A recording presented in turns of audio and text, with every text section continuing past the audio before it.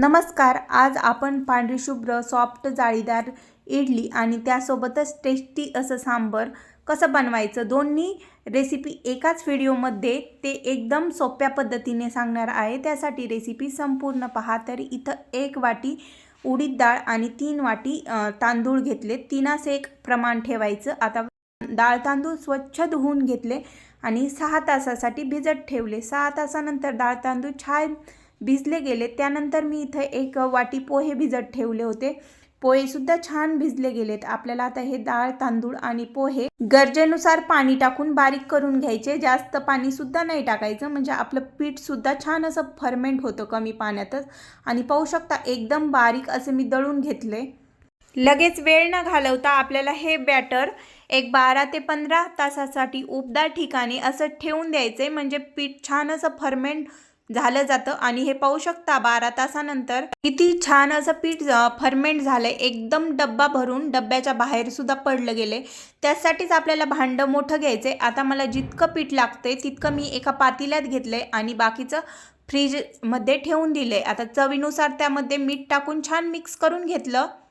इडलीच्या प्लेटला छान असं तेल लावून घ्यायचं, म्हणजे इडल्या चिटकत नाहीत, व्यवस्थित निघल्या जातात.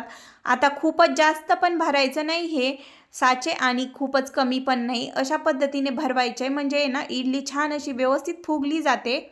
तोपर्यंत पाण्याला सुद्धा छान अशी उकळी आली. आता सर्व प्लेट ह्या इडली पात्रामध्ये ठेवून द्यायच्या आणि 10 ते 15 मिनिटासाठी फुल गॅसवरच वाफवून द्यायच्या. लगेच सांबर बनवून घेऊ. त्यासाठी 2 टोमॅटो, 2 सुक्या लाल मिरच्या, 1 चमचा धने, 1 चमचा जिरे, चवीनुसार मीठ टाकून बारीक असं वाटून घेतले. 2 चमचे तेल, त्यामध्ये 1 चमचा मोहरी, अर्धा चमचा जिरे, 1 उभा चिरलेला कांदा आणि कढीपत्ता टाकून छान परतून घेतला. त्यानंतर 1 चमचा सांबर मसाला, घरचा मसाला अर्धा चमचा, घरचं लाल तिखट अर्धा चमचा, थोडीशी हळद टाकायची आणि छान परतून घ्यायचं. लगेच वाटून घेतलेला मसाला आपल्याला टाकायचा आहे. तेल सुटेपर्यंत मसाला परतून घ्यायचा. त्यानंतर चिंच गुळाचं पाणी टाकून घ्यायचं.